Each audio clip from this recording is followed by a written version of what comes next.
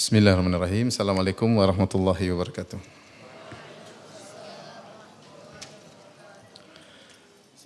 Alhamdulillahi ala ihsani wa syukru lahu ala taufiqihi wa amtinani wa asyhadu an la ilaha illallah wahdahu la syarika lahu ta'ziman li sya'ni wa asyhadu anna Muhammadan abduhu wa rasuluhu da'ila ridwani. Allahumma salli alaihi wa ala alihi wa ashabihi wa ikhwani. Hadirin dan hadirat, Bapak dan Ibu yang dirahmati oleh Allah Subhanahu wa taala, kita melanjutkan bahasan kita dari tafsir dari surat-surat dalam juz 29, dan pada kesempatan kali ini kita akan bahas tafsir surat Nuh. Nuh alaihissalam adalah seorang nabi yang diberi ujian yang berat, yaitu ujian dalam dakwah, di mana Allah Subhanahu wa taala menyebutkan Nabi Nuh berdakwah selama 950 tahun. Ya. Falabitha fihim alfa sanatin illa khamsina ama. Maka Nabi Nuh kami utus kepada kaumnya, lantas dia pun berdakwah selama 950 tahun, berdakwah dengan berbagai macam ujian yang dihadapi. Dan surat Nuh turun di fase Makkiyah, yaitu sebelum Nabi SAW berhijrah ke kota Madinah. Dan kita tahu di fase tersebut, sebelum Nabi berhijrah selama 13 tahun di kota Mekah, Nabi SAW mengalami ujian-ujian yang berat. Ya. Bagaimana beliau dimusuhi oleh kaumnya, orang-orang Quraisy, kemudian baik secara diganggu, baik secara fisik maupun mental. Ya. Dan ini butuh ketegaran yang luar biasa. Oleh karenanya, untuk menghibur Nabi SAW, atau untuk menegarkan Nabi SAW, maka Allah turunkan kisah-kisah para nabi dalam Al-Quran, ya, agar menegarkan Nabi SAW. Di antaranya Allah turunkan kisah Nabi Nuh alaihissalam. Allah turunkan kisah Nabi Nuh sampai dalam surat Hud, ketika Allah menyebutkan bagaimana Nabi Nuh berdakwah. Di akhir ayat kata Allah Subhanahu Wa Taala, "Fasbir innal aqibata lil muttaqin." Bersabarlah engkau wahai Muhammad SAW, sungguhnya kesudahan yang terbaik adalah bagi orang-orang yang bertakwa. Yaitu Allah sebutkan hal ini setelah Allah menyebutkan kisah Nuh alaihissalam yang berdakwah dengan begitu lama, namun kesudahan yang baik bagi beliau alaihissalam. Dan di antara keistimewaan surat Nuh, surat ini tidak berbicara tentang nabi yang lain. Surat ini sesuai dengan namanya Nuh alaihissalam, hanya berbicara tentang Nabi Nuh. Dan ini mirip dengan surat Yusuf. Surat Yusuf alaihissalam juga tidak berbicara kecuali tentang Nabi Yusuf alaihissalam. Lain halnya dengan surat-surat yang lain, menceritakan banyak nabi dalam satu surat. Seperti surat Al-A'raf disebutkan beberapa nabi, surat Hud disebutkan beberapa nabi, surat Al-Qamar disebutkan beberapa nabi. Dan rata-rata surat-surat ketika menyebutkan kisah-kisah nabi, mereka menyebutkan banyak nabi. Kecuali surat Nuh dan surat Yusuf alaihissalam. Dan Nuh alaihissalam adalah Rasul yang pertama yang Allah utus setelah Nabi Nuh alaihissalam. Ya, Rasul yang pertama yang Allah utus setelah Nabi Nuh alaihissalam. Sebagaimana dalam Sahih Bukhari, ketika hari kiamat kelak, di mana manusia dikumpulkan di padang mahsyar dengan jarak matahari 1 mil, sehingga orang-orang pun kepanasan, kepayahan, keringat bercucuran, sementara Allah belum datang untuk memulai persidangan.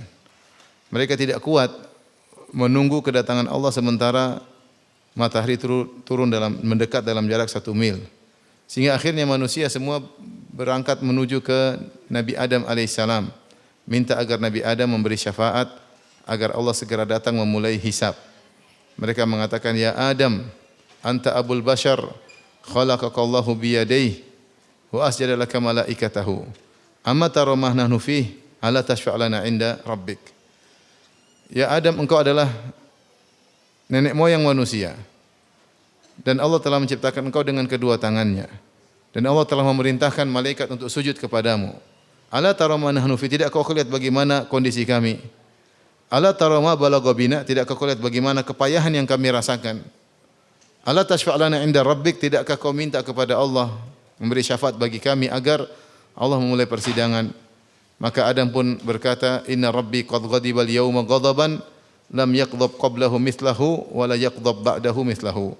Sungguhnya Rabbku sedang murka pada hari ini, yaitu pada hari kiamat kelak. Yang Rabbku tidak pernah murka seperti ini sebelumnya, dan tidak akan murka setelahnya seperti ini. Dan sungguhnya Rabbku telah melarang aku untuk mendekati suatu pohon dan aku mendekatinya. Nafsi nafsi, aku juga butuh syafaat, aku juga butuh syafaat. Idhabu ila ghairi, pergilah kepada selainku. Idhabu ila Nuh, pergilah kepada Nabi Nuh alaihissalam. Maka manusia pun setelah pupus harapan dari Nabi Adam, mereka pun pergi menuju ke Nabi Nuh. Apa yang mereka katakan? Mereka mengatakan, ya Nuh, anta awalur rusuli ila ahlil ardi. Engkau adalah rasul pertama yang Allah utus kepada penghuni bumi. Wa sammaka Allahu 'abdan syakura, dan Allah telah menamakan engkau dengan hamba yang pandai bersyukur. Kemudian mereka minta agar Nabi Nuh memberi syafaat, Nabi Nuh menolak juga. Dan Nabi Nuh berkata, nafsi nafsi, aku juga butuh syafaat. Idhabu ila ghairi, idhabu ila Ibrahim, pergilah kepada nabi yang lain, pergilah kepada Nabi Ibrahim alaihissalam. Menjadi perhatian kita bahwasanya Nabi Nuh alaihissalam adalah rasul yang pertama, dan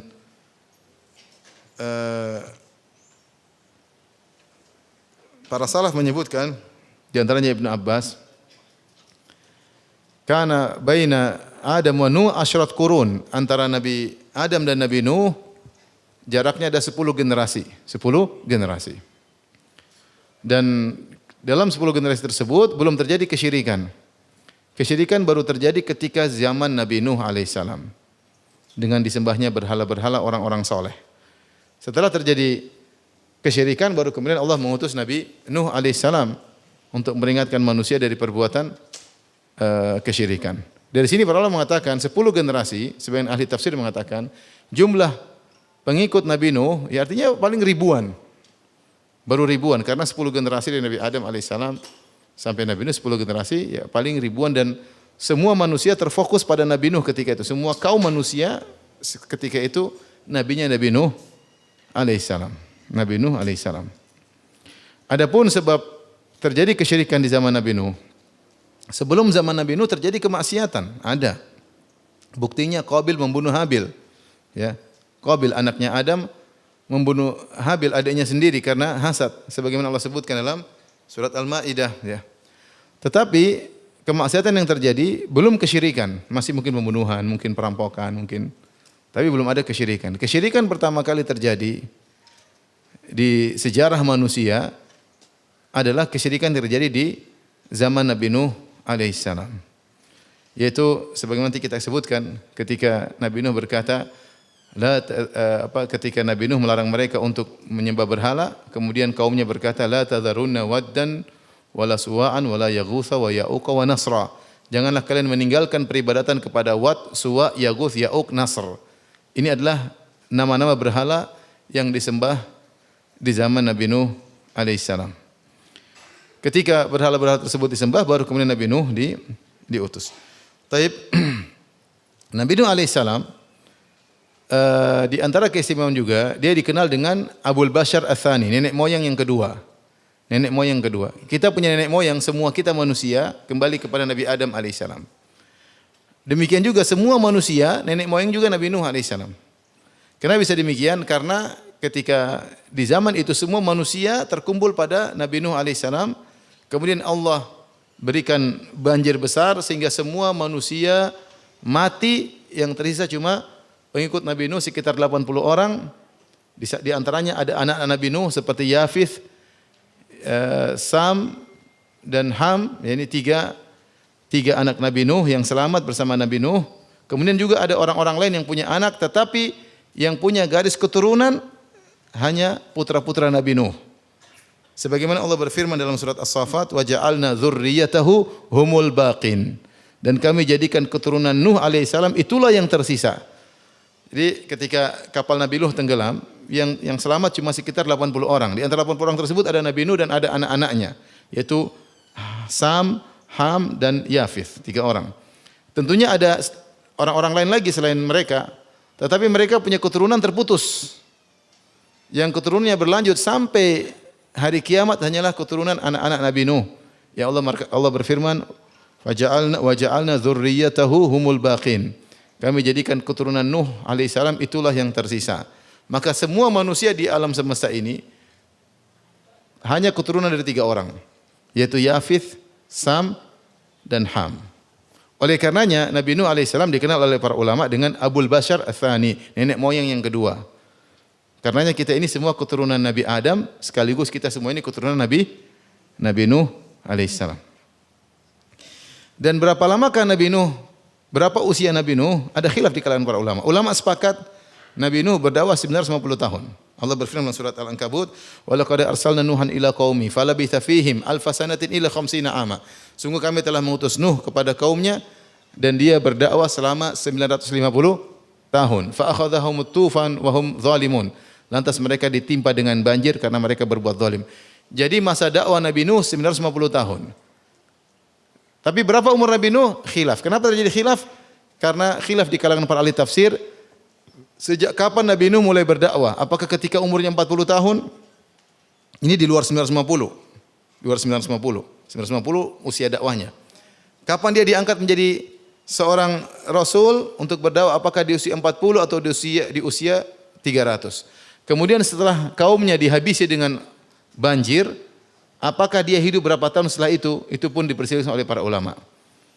Namun mereka sepakat dakwah Nuh adalah 950 tahun. Sehingga ada yang mengatakan total umur Nabi Nuh, ada yang mengatakan 1500 tahun. Ada yang mengatakan total umur Nabi Nuh 1700 tahun. Wallahu alam bisawab, yang penting beliau berdakwah selama berapa tahun? 950 tahun. Ya. Dan inilah waktu yang sangat-sangat lama dalam berdakwah. Kalau kita bayangkan Nabi Nuh berdakwah 950 tahun, ternyata pengikutnya cuma 80 orang. Wa ma amana ma'ahu illa qalil.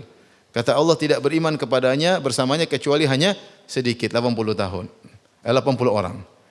Nah, kalau kita mau bagi rata 950 dibagi 80, berarti satu orang itu kalau mau dapat hidayah butuh 11 tahun. Jadi kalau kita bagi rata, jadi 950 tahun berdakwah, yang dapat hidayah cuma 80 tahun. Kalau kita memukul rata, bagi rata, berarti satu orang itu Nuh dakwahi tiap hari 11 tahun baru satu orang dapat apa? Hidayah. Kemudian 11 tahun berikutnya orang kedua. 11 tahun, tapi mungkin tidak demikian. Cuma ini kalau kita mau pukul rata. Dan ini adalah ujian yang berat bagi Nabi Nuh. Makanya Allah kisahkan kisah ini kepada Nabi Muhammad SAW apalagi ketika Nabi Muhammad SAW di fase Mekah, pengikutnya cuma sedikit. Sementara seluruh penduduk kota Mekah kufur kepada Nabi Muhammad SAW, memusuhi Nabi Muhammad SAW, pengikutnya cuma sedikit. Maka Allah kisahkan Nabi Nuh agar tasliyah, hiburan pelipur lara bagi Nabi Muhammad SAW. Allah berfirman, wa kullan naqussu 'alaika min amba'ir rusuli ma nuthabbitu bihi fuadak. Dan kami kisahkan kepada engkau kisah-kisah para rasul wahai Muhammad, ma nuthabbitu bihi fuadak, yang membuat engkau jadi tegar. Yang membuat engkau jadi tegar. Dan terkait khusus tentang Nabi Nuh, Allah berfirman, setelah Allah ceritakan kisah Nabi Nuh, fasbir innal aqibata lil muttaqin. Bersabarlah wahai Muhammad, sungguhnya kesudahan yang baik bagi orang-orang yang bertakwa. Dari sini kita tahu bahwasanya ujian itu banyak. Di antara sekian banyak ujian yang berat adalah ujian dalam berdakwah. Ujian dalam berdakwah. Karenanya ketika Allah menyebutkan dalam surat Al-Ankabut, Alif Lam Mim ahasiban nasu ayyutraku ayyaqulu amanna wa hum la yuftanun wa laqad fatanna alladhina min qablihim fala ya'lamanna Allahu alladhina shadaqu wa la ya'lamanna al-kadhibin. Kata Allah, apakah manusia akan dibiarkan untuk mengucapkan kami telah beriman dan sementara mereka tidak diuji? Mau dibiarkan aja ngaku-ngaku kami beriman terus tidak diuji? Mustahil, kata Allah. Orang yang beriman pasti diuji. Kemudian Allah berkata, wa laqad fatanna alladhina min qablihim. Sungguh kami telah menguji orang-orang sebelum mereka. Fala ya'lamanna Allahu alladhina shadaqu. Buat apa Allah menguji orang-orang sebelum mereka? Agar Allah tahu mana yang imannya benar, wa la ya'lamanna al-kadzibin, dan agar Allah benar-benar tahu siapa yang imannya buruk. Setelah itu ayat kedua. Setelah itu ayat ke-14 Allah sebutkan kisah Nabi Nuh. Wa laqad arsalna Nuhan ila qaumihi, ya. Walaqad arsalna Nuhan ila qaumihi falabitha fihim alfa sanatin ila 50 aman fa akhadhahumut tufanu wa hum zalimun. Sungguh kami telah mengutus Nuh kepada kaumnya dan dia berdakwah selama 950 tahun. Jadi Allah bilang manusia pasti diuji, kemudian Allah kasih contohnya Nuh diuji. Contohnya Nuh diuji dengan dakwah yang sekian lama dengan kaum yang sangat-sangat bejat. Kaum yang sangat-sangat bejat. Nanti kita bacakan bagaimana kebejatan kaumnya. Tapi kita masuk ayat yang pertama, ibu-ibu yang dirahmati oleh Allah Subhanahu wa taala. Allah Subhanahu wa taala berfirman, Inna arsalna Nuhan ila qaumihi an anzir qaumaka min qabli an ya'tiyahum adzabun alim. Sungguhnya kami telah mengutus Nuh kepada kaumnya. Kami katakan kepada Nuh, an anzir qaumaka, peringatkanlah kaummu, min qabli an ya'tiyahum adzabun alim, sebelum datang kepada mereka azab yang pedih. Ya. Dan sebagaimana saya katakan, jumlah orang ketika itu tidak banyak, bahkan sebagian ulama mengatakan paling ribuan yang didakwahi oleh Nabi Nuh, karena manusia masih sedikit, baru 10 generasi.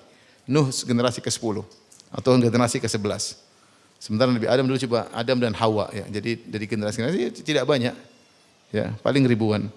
Dan orang-orang yang Nabi Nuh diutus kepada mereka rata-rata kerabatnya. Entah tantenya, entah bibinya, entah omnya, orang cuma sedikit, orang muter-muter di situ, ya. Artinya yang diutus kepada Nuh diutus kepada kaumnya yang itu merupakan kebanyakanlah kerabat-kerabat Nabi Nuh sendiri. Ya. Allah sudah beri peringatan sebelum datang azab yang pedih. Karena kalau mereka terus dalam kesyirikan akan datang azab yang pedih. Maka Nabi Nuh menjalankan perintah Allah. Dia berkata, qala ya qaumi inni lakum nadhirum mubin. Wahai kaumku, sungguhnya aku ini adalah pemberi peringatan yang menjelaskan khusus buat kalian. Inni lakum, yaitu aku ini bukan diutus kepada yang lain. Aku hanya diutus untuk kalian. Inni lakum, aku ini untuk kalian sebagai pemberi peringatan yang menjelaskan. Ya, jadi memang Nuh fokus kepada mereka dan Nuh sayang kepada mereka. Apa perintah Nabi Nuh? Ani'budullaha wattaquhu wa ati'un. Beribadalah kepada Allah semata dan bertakwalah kepadanya dan taatlah kepadaku. Itu perintah Nabi Nuh. Bahkan sebagian ulama seperti Tahir bin Ashur dalam kitabnya Tahrir at-Tanwir menyebutkan belum ada syariat yang banyak di zaman Nabi Nuh. Bahkan syariat cuma suruh bertauhid. Suruh bertauhid doang, tidak ada syariat lain waktu itu. Suruh bertauhid, menyembah Allah semata, meninggalkan kesyirikan dan taat kepada Nabi Nuh. Setelah itu Nabi Nuh menjelaskan tentang keutamaan kalau kalian bertauhid dan meninggalkan kesyirikan. Kata Allah Subhanahu wa taala menghikayatkan perkataan Nabi Nuh, "Yaghfir lakum min dzunubikum wa yuakhirkum ila ajalin musamma. Inna ajalallahi idza jaa la yuakhkhar. Law kuntum ta'lamun." Kata Allah Subhanahu wa taala, jika kalian, Nuh berkata, jika kalian wahai kaumku, ya, bertauhid kepada Allah Subhanahu wa taala, niscaya Allah akan menghapuskan sebagian dosa-dosa kalian. Dan juga Allah akan menunda, ya, memanjangkan umur kalian. Ila inna ajalallah idza jaa la yuakhkhar. Kalau ajal Allah telah datang kepada manusia maka tidak akan ditunda. Lau kuntum ta'lamun, jika kalian mengetahui. Di sini ada perbedaan pendapat di kalangan para ulama tentang perkataan Nabi Nuh, yaghfir lakum min dzunubikum. Niscaya Allah akan mengampuni sebagian dosa kalian. Min di sini ada dua pendapat. Ada yang mengatakan min adalah al-bayaniyah, yang artinya Allah akan mengampuni dosa-dosa kalian seluruhnya. Dan ada yang mengatakan min adalah tab'idiyah, yang artinya sebagian, yaitu Allah niscaya akan mengampuni sebagian dosa kalian. Ada khilaf. Ada yang mengatakan kalau kalian bertauhid, dosa kalian semuanya diampuni. Sebagaimana kalau orang kafir masuk Islam, seluruh dosanya diampuni. Ada yang mengatakan min di sini tab'idiyah, yang artinya kalau kalian bertauhid, Allah akan mengampuni sebagian dosa kalian, tidak semuanya. Kenapa? Adapun dosa kalian yang terkait kezaliman di antara kalian itu tidak diampuni oleh Allah. Kalian harus selesaikan. Yang Allah ampuni adalah dosa-dosa yang tidak terkait dengan kezaliman antara sesama kalian. Dan ini dalil tentang bahayanya berbuat zalim kepada sesama. Ya, karena hukum asal kalau kita berbuat dosa terkait dengan hak Allah Subhanahu wa taala, kalau kita minta ampun, hukum asalnya Allah Maha mengampuni. Tapi kalau kita punya dosa terkait dengan hak orang lain, hukum asalnya dia akan nuntut. Hukum asalnya dia akan nuntut. Sebagaimana Allah kabarkan dalam Al-Quran. Bagaimana seorang ibu menuntut anaknya, anaknya akan menuntut ibunya, ya. Suami akan menuntut istrinya, istri akan menuntut suaminya. Karena mereka semua butuh dengan pahala pada hari kiamat kelak. Maka sebisa mungkin seorang di dunia ini tidak mendolimi orang lain. Meninggal dalam kondisi tidak mendolimi orang lain.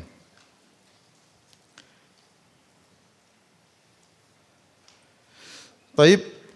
Kemudian Nabi Nuh alaihissalam curhat kepada Allah, kalau bahasa kita itu mengadukan perkaranya kepada Allah. Ya. Dia berkata, ya, setelah dia berdakwah sekian lama dimusuhi oleh kaumnya, baru kemudian dia mengeluh kepada Allah dan Allah tempat sebaik-baik tempat untuk mengadu. Ya. Sebagian perkataan Nabi Yakub alaihissalam, innama ashku bathi wa huzni ila Allah. Sungguhnya aku hanyalah menyampaikan kesedihanku dan gundah gulanaku hanya kepada Allah semata. Ya. Maka dia berkata, mengadukan perihalnya kepada Allah. Qala rabbi inni da'autu qaumi laila wa nahara. Dia menceritakan dakwanya dan ini Nuh alaihissalam menggambarkan tentang bejatnya kaumnya. Dia mengatakan, ya Rabbku, sungguhnya aku telah mendakwahi kaumku malam dan siang. Siang dan malam Nabi Nuh berdakwah. Bukan seperti kita mungkin cuma seminggu sekali atau sebulan sekali, ya, atau mungkin pagi saja, siang saja. Nabi Nuh siang dan malam berdakwah. Siang malam berdakwah. Benar-benar. Dan ini bukan sebentar, bukan sehari, 2 hari, bukan sebulan, 2 bulan. 950 tahun. Luar biasa. Kita kalau dakwah di satu kampung, seminggu enggak terima-terima, memang tidak bisa dapat hidayah. Pindah tempat lain. Nabi Nuh 950 tahun nongkrong di situ 950. Falabitha fihim, kata Allah, Nabi Nuh nongkrong di situ 950 tahun. Enggak ada tempat lain, dakwahnya di situ aja. Apa kata Nabi Nuh? Aku dakwahi mereka siang malam, aku dakwahi setiap hari 950 tahun. Falam yaziduhum du'ai illa firara. Tidak semakin aku dakwahi mereka, tidaklah aku semakin mendakwahi mereka kecuali mereka semakin kabur, mereka semakin jauh. Diceramain semakin apa? Kabur. Ini ujian yang sangat berat, ya. Kalau kita berdakwah ada progres, kita senang. Ini ada akhwat kita dakwahi, tadinya tidak membuka auratnya, mulai muka auratnya, kemudian mulai pakai jilbab, kemudian pakai jilbab semakin syar'i. Kita senang, ya. Tapi kalau nggak ada progres, kita dakwah semakin ngamuk, semakin marah, semakin mencaci. Nabi Nuh kemudian menjelaskan, wa inni kullama da'awtuhum litaghfira lahum ja'alu asabi'ahum fi adhanihim wastaghshaw thiyabahum wa asarru wastakbaru istikbara. Dan sesungguhnya setiap kali aku mendakwahi mereka agar engkau mengampuni mereka. Lihat, Nabi Nuh dakwah bukan untuk kepentingan dia. Dia sayang kepada kaumnya. Dia mengatakan, wa inni kullama da'awtuhum, sungguhnya ya Allah setiap aku mendakwahi mereka litaghfira lahum, agar engkau ampuni mereka. Jadi untuk mereka, bukan untuk Nabi Nuh alaihissalam. Tidak ada yang dia inginkan dari apapun, dia cuma ingin kaumnya selamat. Litaghfira lahum, agar engkau ampuni mereka. Ja'alu asabi'ahum fi adhanihim, maka mereka menjadikan jari-jari mereka di telinga mereka. Mereka memasukkan jari-jari mereka di telinga mereka. Di sini Allah tidak mengatakan mereka menjadikan usbu'aihi, 2 jari begini. Tapi Allah mengatakan mereka masukkan jari-jari mereka. Ini mubalaghah. Seandainya semua jari bisa dimasukkan, akan dimasukkan. Tapi lubang telinga cukup untuk 2 jari. Jadi di antara bejatnya kaumnya, jadi Nabi Nuh kalau ceramah, misalnya kalau kita innal hamdalillah nahmadu, langsung begini. Ustaz terus Ustaz. Menjengkelkan enggak? Menjengkelkan. Sangat menjengkelkan. Saya aja kalau ceramah ada orang ngobrol sedikit saya jengkel, cuma saya diam-diam aja. Itu lagi ceramah, kemudian saya pernah ceramah, orang dia baik nonton HP, nonton YouTube sambil ceramah, dia ketawa sendiri. Nonton, Masya Allah, tapi biarin aja lah. Hidayah di tangan Allah. Tapi intinya bagaimana lagi kalau kita ceramah terus orangnya begini, menjengkelkan, ya. Bukan cuma sehari 2 hari, bukan cuma satu tempat pengajian, 950 tahun. Kemudian bukan itu aja, wastaghshaw thiyabahum, dan mereka menutupkan wajah bajunya ke wajah mereka. Begini. Nuh datang, tutup, enggak mau dengar. Nuh datang, tutup, enggak mau dengar. Benar-benar mereka menghinakan Nabi Nuh. Wa asarru wastakbaru istikbara, dan mereka ngeyel, ya. Asarru itu israr, yaitu tetap mengingkari, wastakbaru istikbara, dan mereka semakin sombong. Mereka semakin sombong, luar biasa. Ini saya bayangkan bagaimana beratnya Nabi Nuh. Kaumnya kurang ajar, istrinya kafir, anaknya kafir. Bayangkan kita di posisi tersebut, ada ustaz ceramah di kaumnya kurang ajar semua, istrinya kafir, anaknya juga apa? Kafir. Bukan orang Jawa, orang terdekat dia, istrinya, anaknya. Teman tidurnya ternyata kafir. Tapi Nabi Nuh tidak putus asa. Terus dia berdakwah. Dia ceritakan lagi kepada Allah. Ini curhat Nabi Nuh, mengadukan perihal dakwahnya. Dia mengatakan, "Tsumma inni da'autuhum jihara, tsumma inni alantu lahum asrartu lahum israra." Ya Allah, aku dakwahi mereka dengan terang-terangan. Mungkin di siang hari aku datangi mereka di tempat perkumpulan mereka, "Wahai kaumku, beribadahlah kepada Allah semata." Ya. Wa alantu lahum asrartu lahum israra. Dan aku terkadang berdakwah dengan sembunyi-sembunyi.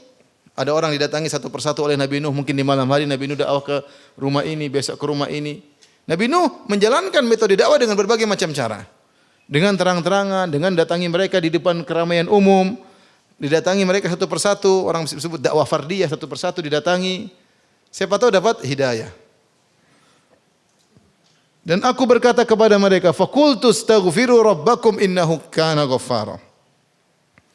Ya, dan ini dalil bahwasanya seorang dai dia boleh berinovasi dalam berdakwah.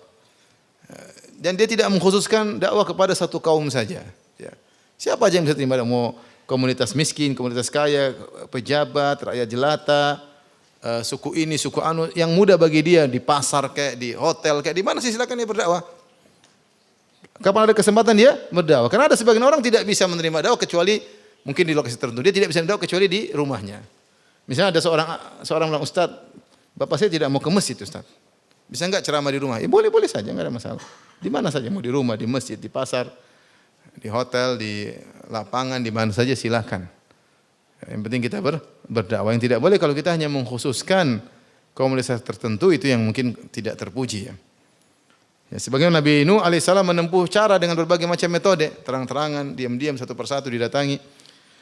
Dan apa kata Nabi Nuh? Beliau memberikan iming-iming yang luar biasa. Faqultu astaghfiru rabbakum innahu kana ghaffara. Aku berkata, beristighfarlah kepada Rabb kalian, sungguhnya Rabb kalian adalah Maha Pengampun. Ghaffar. Dalam Al-Qur'an Allah ada kata Ghaffar, ada Ghafur. Di antara nama Allah adalah ada Ghafir, ada Ghaffar, ada Ghafur. Ghafir seperti Ghafiri dzambi wa qabilit taubi syadidil iqab dalam surat Ghafir. Ghafir ini isim fa'il, namanya yang mengampuni. Kalau Ghafur menunjukkan sighah mubalaghah yang menunjukkan kualitas. Artinya Allah mengampuni dosa sebesar apapun. Kalau Ghaffar itu menunjukkan berulang-ulang, artinya Allah mengampuni dosa sebanyak apapun, berulang-ulang sebanyak apapun Allah akan ampuni. Jadi Allah itu Maha Pengampun, meskipun dosanya sebesar apapun Allah bisa ampuni.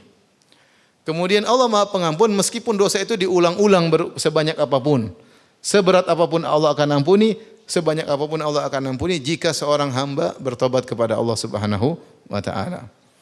Maka meskipun kaum Nabi Nuh mungkin ratusan tahun bejat, ratusan tahun syirik kepada Allah Subhanahu wa taala, maka Nabi Nuh jelaskan Allah itu Ghaffar.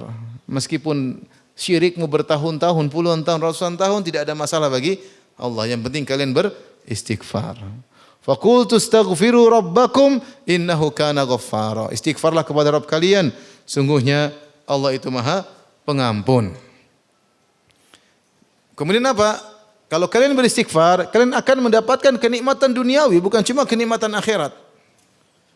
Diampuni dosa, kenikmatan akhirat, bisa masuk surga. Tapi bukan terbatas pada keuntungan akhirat saja, bahkan ada keuntungan duniawi jika kalian beristighfar. Kata Nabi Nuh, "Yursilis samaa 'alaikum midrara." Jika kalian beristighfar maka Allah akan turunkan hujan yang deras, tapi hujan deras yang berkah. Seandainya kaum Nabi Nuh bertaubat, maka Allah turunkan hujan yang berkah. Namun karena mereka tidak bertaubat, hujan yang terus deras tetapi itu azab. Makanya hujan deras yang turun terkadang berkah, terkadang apa? Azab. Terkadang hukuman. Nabi Nuh nawarkan turun hujan. Wallahu alam, sebagian ahli tafsir mengatakan di zaman itu banyak mereka yang mengalami kekeringan. Mereka sedang di masa kekeringan. Kemudian juga di antara mereka, ya mereka ingin tidak ada sungai-sungai, tidak ada kebun-kebun lagi paceklik. Kemudian antara mereka juga ada yang susah memiliki anak. Maka Nabi Nuh menyampaikan, kalau kalian beristighfar, semua kesulitan kalian akan selesai. Maka Nabi Nuh berkata, "Faqultu astaghfiru rabbakum innahu kana ghaffara." Beristighfarlah kepada Rabb kalian, sungguhnya Allah Maha Pengampun. Yursilis samaa 'alaikum midrara. Allah akan turunkan hujan deras yang berkah. Wa yumdidukum bi amwalin wa banin, dan Allah akan menambahkan bagi kalian harta dan juga anak-anak. Kalian akan punya anak. Wa yaj'al lakum jannatin wa yaj'al lakum anhara, dan Allah akan membukakan bagi kalian kebun-kebun, taman-taman, dan Allah akan mengalirkan bagi kalian sungai-sungai. Malakum la tarjuna lillahi waqara, kenapa kalian tidak mengagungkan Allah, tidak mengagungkan Allah sebagaimana mestinya. Di sini Nabi Nuh menyebutkan tentang kenikmatan-kenikmatan duniawi yang akan didapatkan oleh seorang yang beristighfar, dan ini benar. Kenapa? Karena tidak ada suatu musibah pun yang menimpa kita kecuali karena maksiat yang kita lakukan. Ma asabakum min musibatin fabima kasabat aydikum.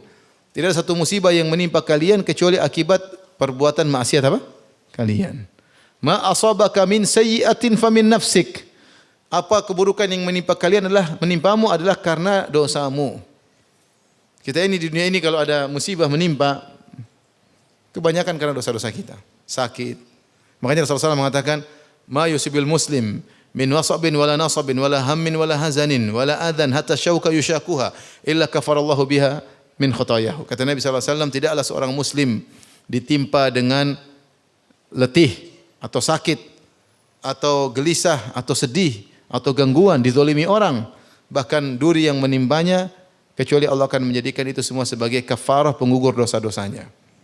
Ya. Kita ini kalau, makanya terkadang kalau kita sedih, enggak tahu tiba-tiba kita sedih, gelisah, udah nikmati aja. Itu penggugur apa? Dosa-dosa. Daripada digugurkan dengan dijotos orang. Lagi sedih tiba-tiba tahu-tahu nangis, aduh, udahlah ini menggugur apa? Dosa-dosa. Mau hilangkan sini enggak bisa. Tetap aja sedih, gelisah. Ya udah itu penggugur apa? Dosa, diikhlaskan aja. Allah punya cara untuk menggugurkan dosa-dosa kita. Bisa jadi dengan sedih, bisa jadi dengan tangisan, bisa jadi dengan sakit, bisa jadi nikmati aja. Ya, kita tentu berusaha berobat, tapi nikmati aja. Daripada Allah kasih penggugur dosa yang lebih berat yang tidak bisa kita hadapi. Ya. Ibu-ibu yang sering sedih, sabar ya. Ya. Insya Allah kesedihan ibu-ibu penggugurkan apa? Dosa-dosa. Karena ibu-ibu dosanya banyak. Bapak-bapak juga ya. Kita semua dosanya banyak. Makanya ketika ada seorang datang kepada Hasan al-Basri, mengeluhkan, dia mengatakan, Hasan al-Basri mengeluhkan tentang kemarau, tentang kekeringan. Kata Hasan al-Basri, istighfarillah, beristighfarlah kepada Allah. Ada lagi satu datang, ya Hasan al-Basri, aku miskin, hidupku susah. Kata Hasan al-Basri, istighfar kepada Allah. Ada satu lagi datang mengatakan, ya Hasan al-Basri, berdoalah kepada Allah agar aku dapat anak. Aku sudah nikah enggak punya anak. Kata Hasan al-Basri, istighfarlah. Satu lagi mendengar, ya Hasan al-Basri, kebunku kering, saya punya kebun tapi tidak ada air yang mengalir pada kebun tersebut. Hasan al-Basri, istighfarlah. Kami heran ini, guru kami Hasan al-Basri. Ditanya apapun dia bilang apa? Istighfar. Makanya istighfar ini obat segala masalah ya. Ya, ada saya pernah dengar cerita seorang wanita marahan sama suaminya. Kemudian suaminya pergi banting pintu keluar rumah. Wanita itu bingung, maka dia cuma duduk istighfar. Astagfirullah, astagfirullah. Sampai suaminya pulang kembali. Tapi kalau pulang jangan bilang, ngapain pulang? karena dia tahu sebab suaminya marah, ngomel, pasti ada dosa yang dia lakukan. Pasti ada dosa yang dia lakukan. Ini ada yang bilang, Ustadz, bukankah kalau ujian karena untuk mengangkat derajat, kita bilang iya, itu kalau para nabi, para ulama. Tapi kalau model-model kita ini rata-rata untuk apa? Menghapuskan apa? Dosa-dosa. Sudah ditegur sama Allah malah ujub. Saya ini dikasih ujian karena saya mau naik pangkat. Itu banyak dosa. Kalau kau lulus dalam ujian tersebut, niscaya pangkatmu juga naik. Tapi kalau kita model-model kita yang tidak susah menjaga pandangan, susah menjaga lisan, susah pendengaran, susah menjaga hati, hak orang sekitar kita belum bisa kita tunaikan, hak orang tua kita abaikan, hak suami kita abaikan, hak istri kita kurangi, hak anak-anak kita kurangi, hak tetangga tidak kita perhatikan. Kalau kita dapat musibah kita bilang karena iman saya ingin diangkat derajat, ini namanya ujub ya. Kita bilang ya mungkin dosa-dosa saya, dan insya Allah makanya Rasulullah SAW kalau menyinggung orang yang sakit, Rasulullah bilang apa? La ba'sa tahur, insya Allah. Ya. Itu Rasulullah bicara dengan para sahabat. La ba'sa tahur, insya Allah. Insya Allah tahur maksudnya membersihkan dosa-dosa. Ya, Rasulullah mengatakan la tasubbil humma, jangan kau mencela demam. Fa innaha tudhibu khataya bani Adam kama yudhibul kirkhabathal hadid. Janganlah engkau mencela demam. Sungguhnya demam itu bisa menghilangkan dosa-dosa anak Adam sebagaimana alat pandai besi menghilangkan karatan besi. Taib. Jadi ini mereka kafir. Kalau mereka istighfar, Allah berikan kenikmatan duniawi. Kenikmatan duniawi. Belum lagi kenikmatan akhirat. Jadi lihatlah bagaimana maha baiknya Tuhan kita. Ada seorang bermaksiat, membangkang, menyembah selain Allah, syirik, musyrik. Kemudian dia bertobat, Allah bukan cuma menjadikan dosanya nol, tapi Allah berikan kenikmatan apa? Duniawi juga. Bukan cuma itu, Allah akan berikan dia surga. Apa susahnya jadi orang yang beristighfar, bertobat? Dosa menjadi nol kembali, kenikmatan duniawi diberikan, dan kenikmatan ukhrawi juga diberikan.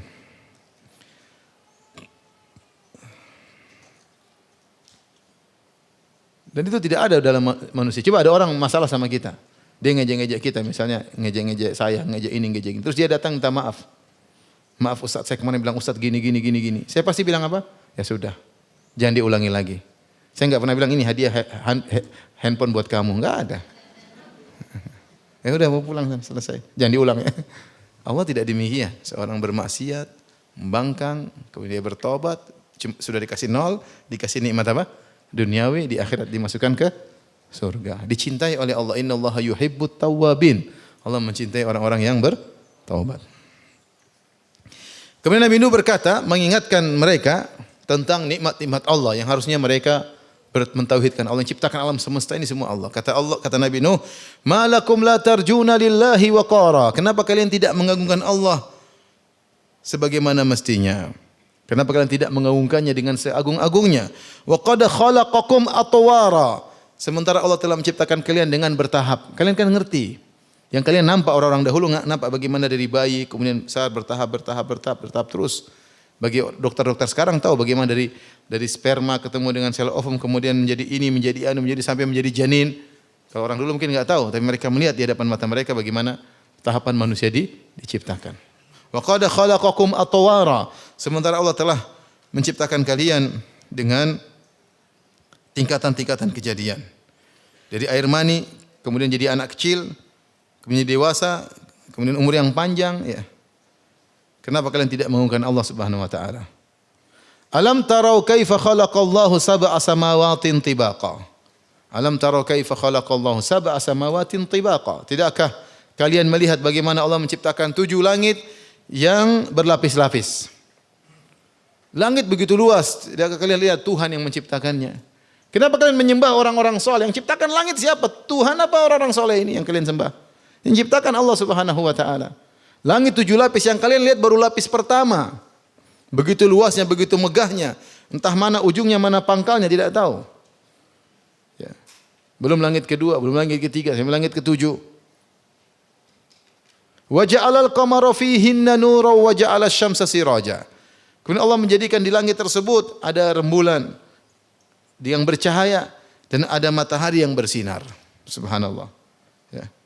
Ini semua kenikmatan yang kalian lihat tiap hari, lihat matahari, tiap hari lihat rembulan. Yang matahari tidak pernah mengingkari janji, dia terbit pada waktunya, terbenam pada waktunya. Dan seterusnya begitu, tidak ribuan tahun, jutaan tahun matahari selalu begitu. Tidak pernah terlambat terbit, tidak pernah terlambat terbenam. Kalau matahari bisa cepat terbenam, kita ingin bulan Ramadan cepat terbenam. Terus terbitnya terlambat sehingga sahurnya panjang. Tapi enggak bisa. Sejaraknya diatur konstan oleh Allah Subhanahu wa taala. Kalau maju sedikit kita sudah kebakaran, kepanasan. Kalau jauh dari tempatnya, dari orbitnya kita akan kedinginan.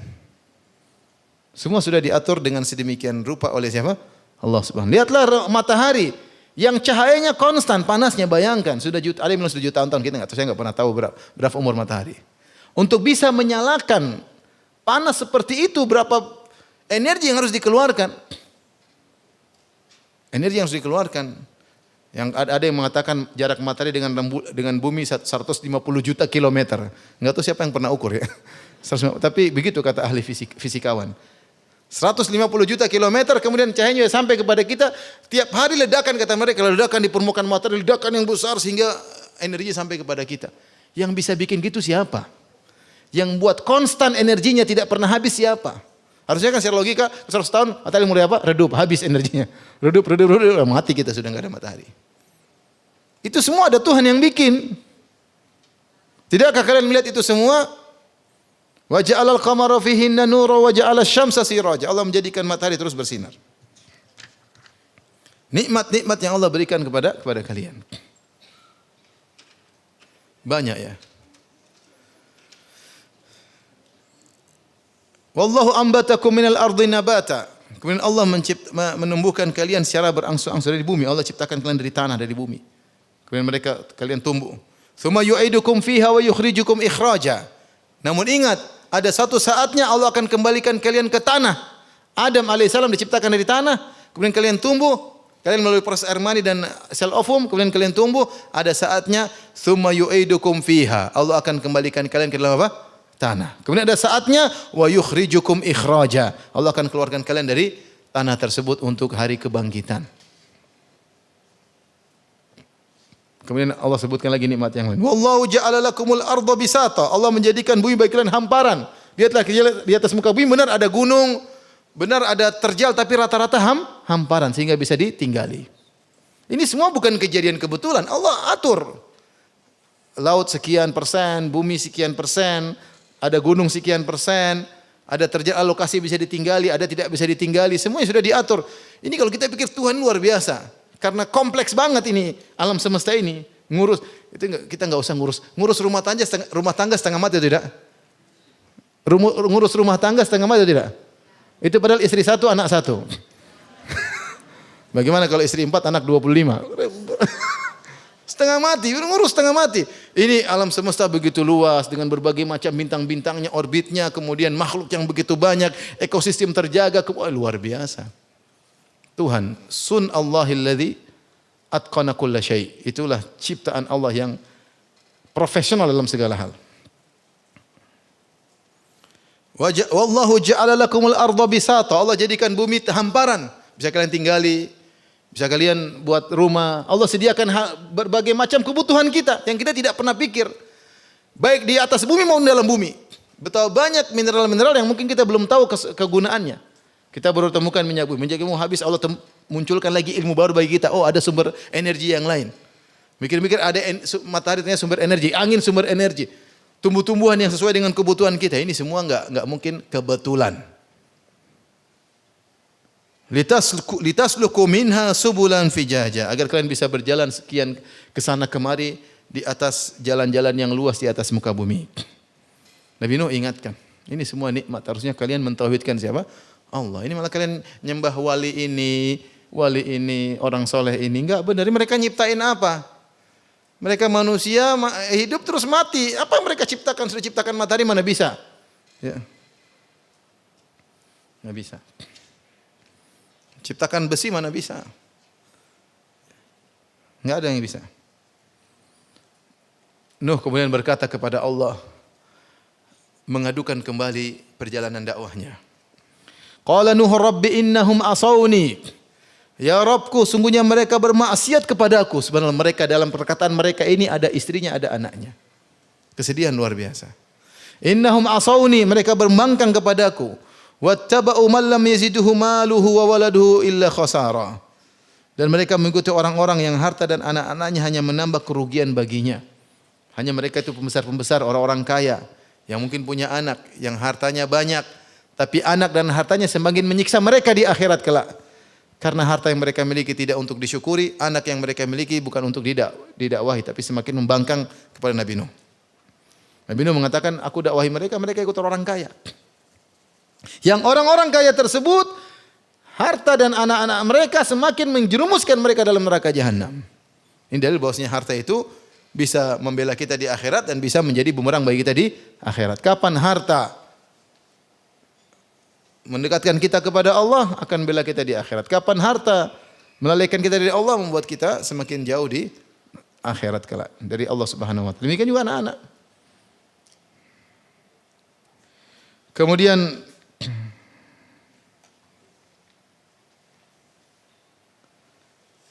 adapun Nabi Nuh pengikutnya orang miskin. Makanya pembesar-pembesar kaum Nabi Nuh mengatakan, wahai Nuh, gimana mau ikut kamu, pengikutmu orang apa? Miskin. Aradhiluna badiyar ra'yi wa ma nara lakum wa ma nara alaina min fadl bal nadhunnuka minal kadhibin ya. Dalam ayat yang lainnya. Wa ma naraka taba'aka illa alladhina hum adhariluna badiyar ra'yi. Kami tidak melihat engkau wahai Nuh yang mengikuti kamu itu kecuali orang miskin di antara kami. Badiyar ra'yi yang hanya ngikut-ngikut tidak mikir panjang. Kalau kita enggak, kita orang kaya, kita cerdas, kita mikir dulu, kita analisa dulu. Intinya kita enggak mau ikut kamu. Yang orang miskin-miskin yang beriman sama kamu orang bodoh, baru diwolomongin langsung oke. Kita enggak begitu. Padahal yang bodoh mereka. Orang kaya itu yang bodoh, sombong itu. Apalagi mau diragukan, ada Tuhan pencipta langit dan bumi, kemudian masa menyembah makhluk. Tapi orang kaya tersebut sok pintar. Menuduh orang-orang yang mengikuti Nabi Nuh dianggap orang aradhiluna badiyar ra'yi. Hanyalah orang-orang rendahan yang langsung menyatakan iya tanpa mikir panjang. Kata Nabi Nuh alaihissalam, terus mengadu kepada Rabbul Alamin. Wa makaru makran kubbara. Ini kalau kita bilang apa? Rasul pertama ya. Rasul pertama langsung diuji dengan ujian yang apa? Berat. Belum ada contoh sebelumnya. Ini baru Rasul yang pertama. Setelah itu Rasul-Rasul berikutnya. Makanya Nabi Nuh menjadi contoh bagi Nabi Muhammad sallallahu alaihi wasallam agar Nabi Muhammad bersabar sebagaimana Nabi Nuh alaihi salam. Wa makaru makran kubbara, dan mereka melakukan tipu daya yang besar. Yaitu mereka berusaha menghalangi dakwah tauhid. Wa qalu la tadharunna alihatakum wa la tadharunna waddan wa la suwa'an wa la yaghutha wa ya'uqa wa nasra. Mereka saling memperingatkan di antara mereka, sekali-sekali jangan sampai kalian meninggalkan tuhan-tuhan kalian, sembahan-sembahan kalian. Jangan sekali-sekali kalian meninggalkan Wat, Suwa, Yaguth, Ya'uq, Nasr. Jangan kalian tinggalkan lima berhala kita ini, Tuhan kita ini. Siapakah lima orang ini? Lima orang inilah haula'i asma'u rijalun shalihin min qaumi Nuh. Kata Ibnu Abbas radhiyallahu anhuma, ini adalah nama-nama orang soleh di zaman Nabi Nuh. Mereka orang soleh. Dan mereka sering zikir di suatu tempat. Falamma halaku auha syaitan ila qaumim an insabu ila majlisihim allati kanu yajlisuna ansaban wa sammuha bi asma'ihim. Tatkala mereka meninggal dunia, setan bisikan kepada murid-muridnya, bikin patung di tempat biasa mereka duduk. Kemudian namakan patung tersebut dengan nama-nama mereka. Falam tu'bad, pertama kali tidak disembah. Karena dibangunkannya berhala-berhala ini hanyalah untuk memotivasi agar orang-orang mau semangat beribadah sebagaimana orang-orang soleh tersebut dahulu ketika masih hidup. Jadi untuk kenangan, untuk zikrayat ya. Dibangunlah patung-patung orang-orang soleh dan dinamakan dengan nama-nama tersebut. Dan pada generasi tersebut belum disembah. Setan juga tidak suruh menyembah karena percuma. Ketika itu masih ada ilmu yang tersebar, ilmu tauhid. Kemudian kata Ibnu Abbas, hatta idza halaka ulaik wa tanassakha ilmu ubidat. Ketika generasi murid-muridnya orang-orang saleh tersebut meninggal dunia dan ilmu hilang, ilmu tentang tauhid hilang, baru kemudian setan menyuruh untuk menyembah berhala-berhala tersebut, fa ubidat, akhirnya disembah. Lihatlah bagaimana iblis ketika ingin menjerumuskan orang dalam syirik bertahap, tidak tergesa-gesa, tidak terburu-buru. Pertama suruh jadi pengingat aja, ini untuk menghargai mereka. Lama-lama disuruh untuk disembah dan akhirnya disembah. Inilah kesyirikan pertama yang terjadi di sejarah manusia, yaitu orang-orang soleh yang disembah. Dan kesyirikan-kesyirikan selanjutnya juga seperti itu. Lihatlah orang-orang yang disembah rata-rata orang soleh. Contoh siapa? Lata disembah di zaman Quraisy, di orang-orang kabilah di Taif ya. Thaqif, mereka menyembah Lata. Lata siapa? Kana rajulan yalitu sawiqa lil hujjaj. Lata adalah seorang yang baik dan suka membagi-bagikan makanan kepada jemaah haji.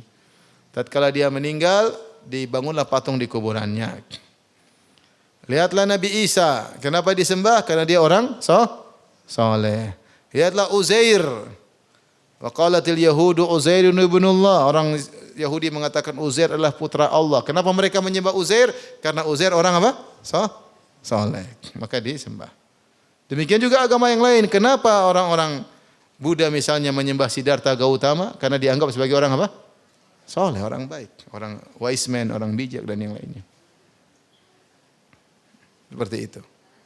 Kenapa malaikat-malaikat disembah? Karena dianggap sebagai makhluk-makhluk yang suci. Ya.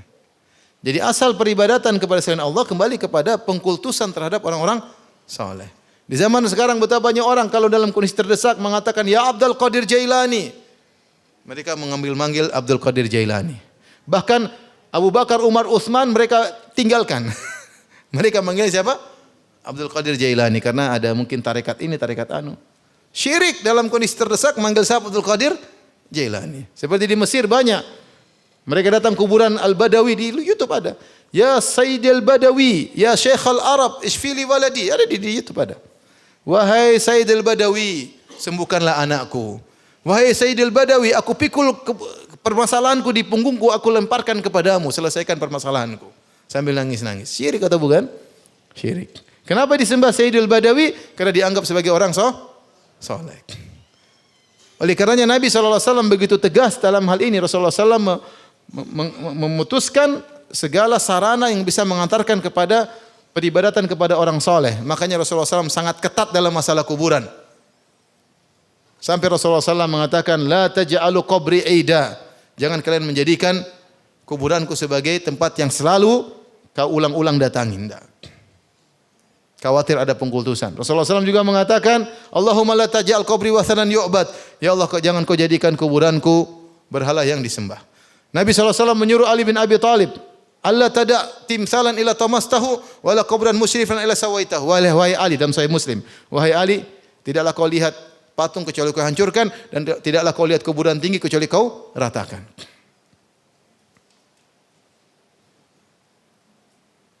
Ketika dakwah Syekh Muhammad bin Abdul Wahhab rahimahullah masuk di Hijaz, di Jazirah Arabiyah, maka banyak kuburan-kuburan yang tinggi di Baqi diratakan oleh beliau.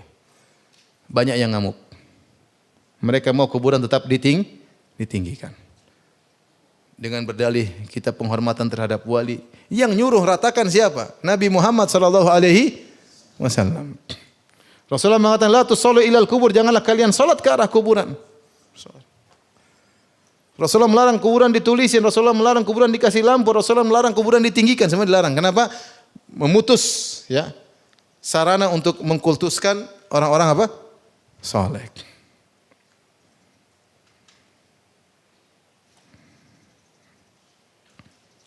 Taib. Jadi mereka menyuruh kaumnya untuk bertahan.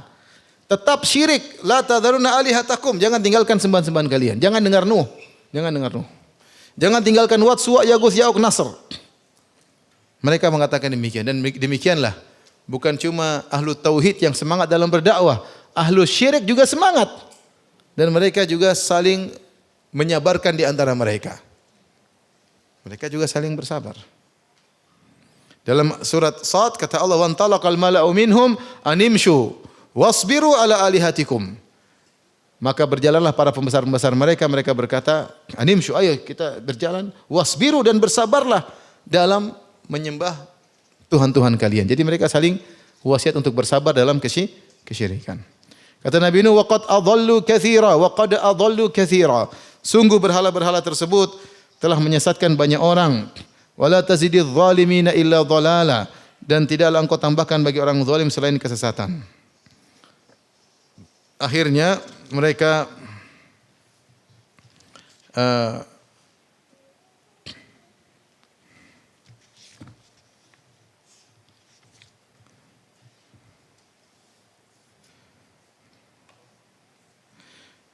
kemudian kata Allah Subhanahu wa taala, "Mimma khati'atihim ughriqu fa udkhilu nara falam yajidu min dunillahi ansara."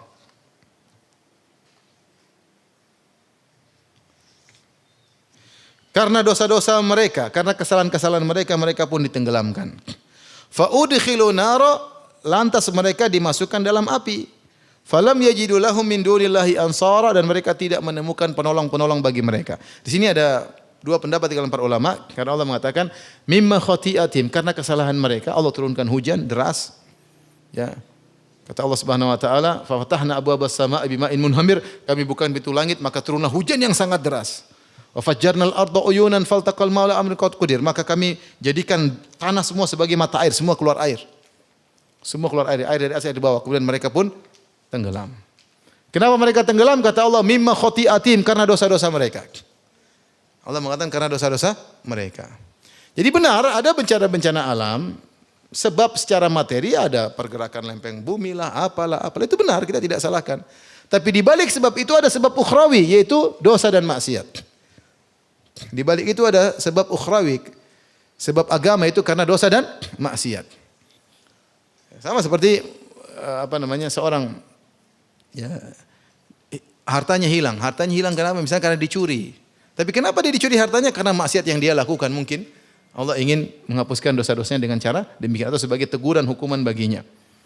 Di sini ketika Allah Subhanahu wa taala menceritakan bagaimana mereka disiksa, Allah tidak mengatakan bahwasanya ini semata-mata karena hujan dan banjir, tapi Allah menceritakan tentang sebab hujan dan banjir tersebut. Allah mengatakan mimma khati'atihim, karena dosa-dosa mereka. Karena dosa-dosa mereka itulah maka Allah turunkan apa? Hujan, maka Allah keluarkan air dari mata air dari bumi, kemudian mereka tenggelam. Setelah itu Allah mengatakan fa'udkhilu nara. Setelah mereka tenggelam, mereka dimasukkan dalam api. Di sini ada dua pendapat. Pendapat pertama mengatakan begitu mereka tenggelam, mereka dimasukkan dalam api. Api mana ini maksudnya? Ada yang mengatakan maksudnya api dalam alam barzakh. Karena Allah menggunakan fa itu langsung. Ugriku fa'udkhilu nara. Mereka ditenggelamkan lalu dibakar. Dibakar di mana? Ada yang mengatakan dibakar di alam apa?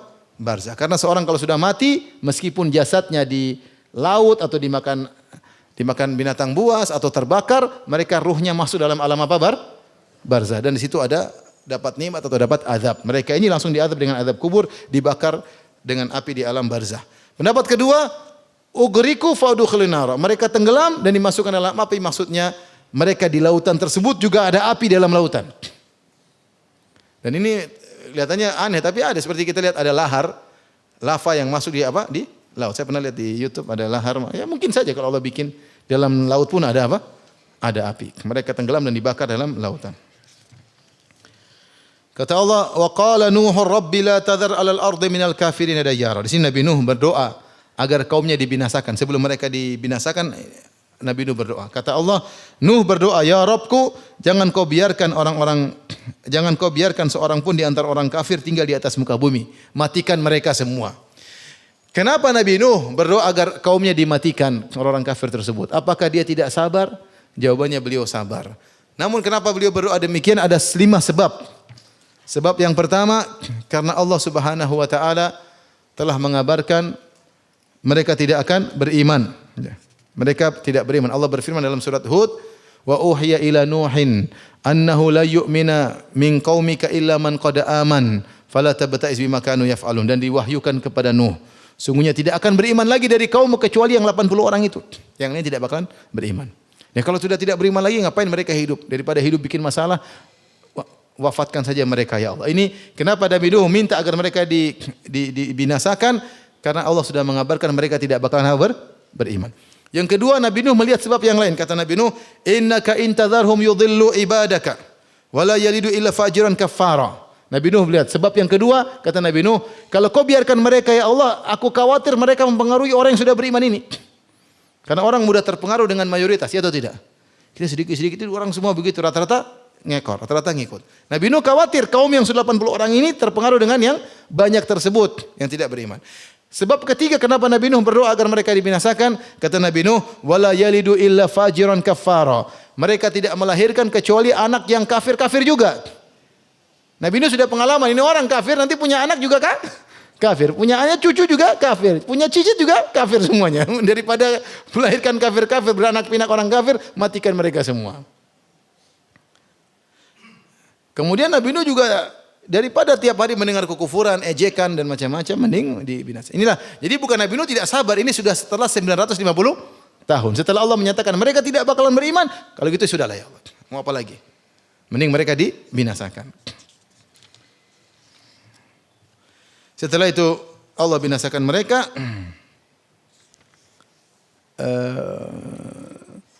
Tapi Allah suruh dulu Nabi Nuh, suruh siapkan bikin kapal. Disebutkan dalam buku tafsir, Nabi Nuh suruh kaumnya untuk tanam pohon. Berapa lama? Karena musim tanam pohon. Setelah berapa tahun setelah pohonnya tumbuh, entah berapa tahun, kemudian mulai ditebang. Ditebang, mulai mereka bikin kapal. Ada yang mengatakan ini kapal pertama di dunia. Ada yang kapal pertama di dunia, bikin kapal. Setiap mereka bikin kapal, orang-orang ngejek. Wa kullama marra alaihi mala'un min qaumihi sakhiru min. Setiap orang datang lewat ngejek Nabi Nuh. Nuh, sudah tidak dakwah lagi kah? Nuh, sudah jadi tukang kayu kah Nuh? Nuh ente bikin apa? Bikin rumah-rumahan. Bikin kapal-kapal tuh apa? Nuh ini musim kemarau, apa memang ada hujan, ngapain? Diejek dengan berbagai macam ejekan. Tapi Nuh sabar. Bikin aja sampai akhirnya suruh naik. Suruh naik kemudian turun hujan baru Nabi Nuh suruh kaumnya untuk naik. Subhanallah, tuh hujan sudah turun mereka pun tidak mau naik. Sombongnya mereka. Bahkan anaknya Nabi Nuh pun tidak mau naik. Akhirnya mereka binasa. Di akhir ayat Nabi Nuh berdoa, Rabbi ghufirli wali walidayya. Ya Rabbku ampunilah aku dan kedua orang tuaku. Ini dalil bahwasanya kedua orang tua Nabi Nuh masuk Islam. Makanya Nabi Nuh mendoakan apa? Mereka. Waliman dakhala baitiya mu'minan, demikian juga orang yang masuk di rumahku dalam kondisi beriman. Anakku yang beriman, ampunilah juga mereka. Adapun istrinya dan anaknya yang kafir tidak. Walil mu'minin wal mu'minat, bukan cuma itu, ya Allah ampunilah kaum mukminin kaum mukminat. Wala tazididz zalimina illa tabara, dan janganlah kau tambahkan bagi orang zalim kecuali kehancuran. Ya, Nabi Nuh meskipun dia diuji dengan istrinya yang kafir, anaknya Yam atau Kan'an yang kafir, dia punya anak-anak juga yang beriman. Ya. Dan dia juga punya orang tua yang beriman yang dia doakan kedua orang tuanya. Ya. Inilah Bapak dan Ibu yang dirahmati Allah Subhanahu Wa Taala, kisah Nabi Nuh alaihissalam yang mengajarkan kepada kita untuk bersabar dalam berdakwah. Bagaimana Nabi Nuh alaihissalam yang begitu sabarnya 950 tahun berdakwah tanpa kenal lelah, ya, menghadapi berbagai cercaan dan ujian, namun kesudahannya adalah kebaikan. Wallahu taala a'lam bishawab. Kalau ada yang bertanya saya persilahkan.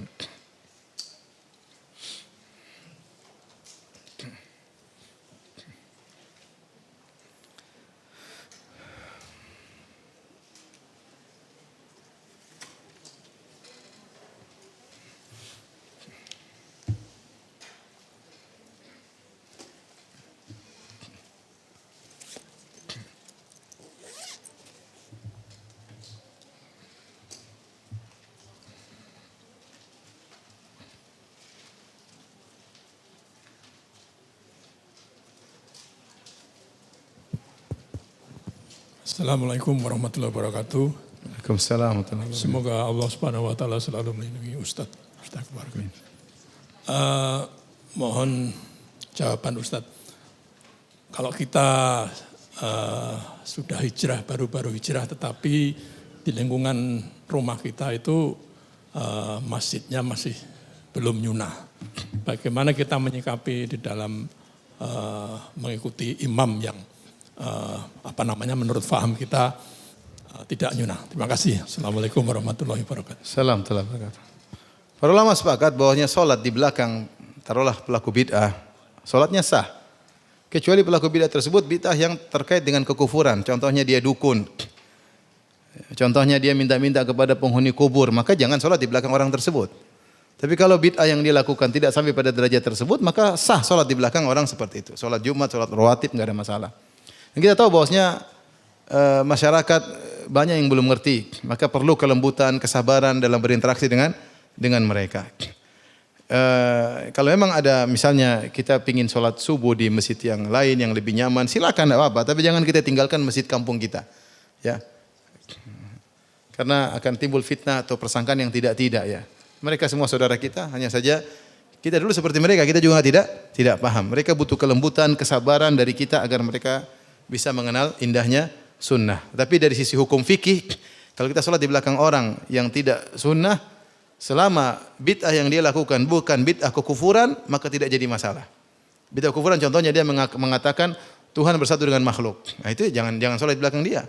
Seperti di video mengatakan, Ustaz ada yang mengatakan, Qul huwallahu ahad. Katakanlah Allah adalah ahad. Ahad maksudnya Muhammad. Katakanlah Allah adalah Muhammad. Ini kekufuran. Jangan sholat di belakang orang seperti ini. Ya. Atau yang mengatakan siapa menyembah Nabi Isa, selama dia merasa Nabi Isa ada situ ada nilai-nilai Allah, maka tidak jadi masalah. Karena yang disembah adalah Allah, ini juga bid'ah kekufuran. Maka jangan salat di belakang orang seperti ini. Tapi kalau bid'ahnya cuma yang lain-lain ya, cuma amaliyah, maka tidak mengapa. maka tidak mengapa. Wallahu alam bishawab.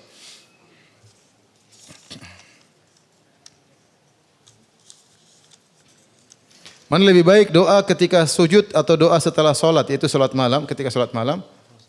Ya. Nggak ada masalah. Seorang gabung dua-duanya. Ketika di sebagian sujud dia berdoa kepada Allah. Setelah solat malam dia Subhanal Malikul Quddus, Subhanal Rabbul Malaikati Ruh, kemudian istighfar dia berdoa lagi, nggak ada masalah. Ya, karena solat malam itu waktunya untuk berdoa. Anda bangun saja seperti wanita haid, dia bangun jam 4, jam 3 dia berdoa tanpa sholat juga nggak ada masalah. Karena memang dianjurkan untuk berdoa di sepertiga malam yang terakhir.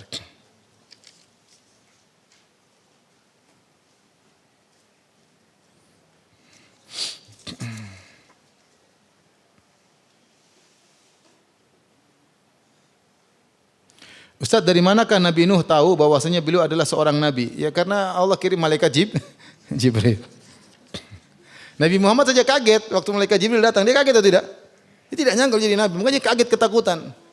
Bukan orang bilang Nabi Muhammad pingin jadi nabi, kemudian dia bertapa di pinggir ini, nunggu Jibril. Ini yang saya tunggu-tunggu. Enggak. Ketika Jibril datang alaihissalam, dia takut atau tidak? Takut, sampai ketakutan. Baru dia sadar ternyata dia seorang apa?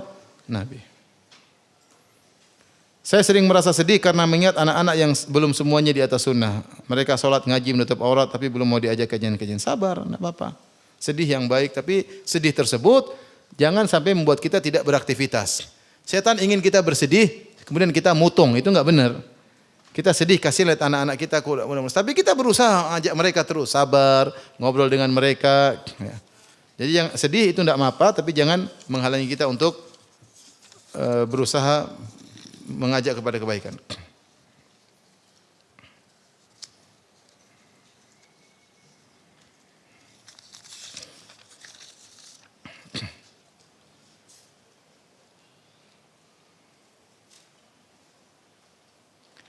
Apa ini? Apakah boleh bagi kita untuk doa kehancuran seorang tertentu karena kita dizalimi terus? Kalau saya bilang berdoa, kalau memang harus berdoa, keburukan harus berdoa, bilang aja ya Allah, balas dia dengan sesuai yang setimpal, itu aja. Ini ujian hidup ya. Kalau setiap orang kita jengkel, kita doain mati. Nanti banyak orang mati. Kita doain aja Allah, hukumlah dia dengan yang setimpal.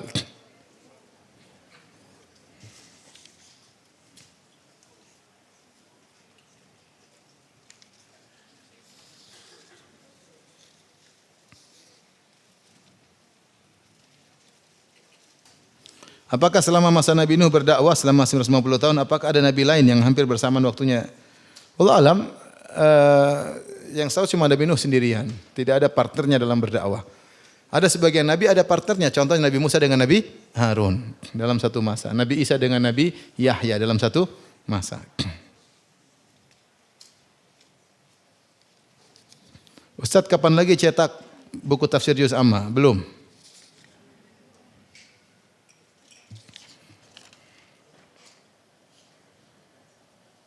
Ustaz, yang tadi disampaikan dari 5 poin baru 2 mohon pencerahannya diulangi. Kenapa Nabi Nuh minta agar Allah membinasakan kaumnya? Pertama, Allah sudah kabarkan mereka tidak bakalan apa? Beriman. Ya. Kemudian yang kedua, Nabi Nuh mengatakan mereka selalu menyesatkan orang-orang yang beriman. Daripada mereka sudah enggak ada faedahnya, mending mereka mati aja. Yang ketiga, kenyataan membuktikan Nabi Nuh melihat mereka mendakwai anak-anaknya sehingga anaknya, cucunya, cicitnya semua kafir. Yang keempat, kalau mereka semakin kafir, mereka semakin parah karena semakin bertambah kafir, hukuman semakin apa? Tambah panjang umur, tambah banyak kafir, tambah besar apa? Hukumannya. Yang kelima, Nabi Nuh tidak senang melihat kesyirikan di atas muka bumi. Ada di buku tafsir ya.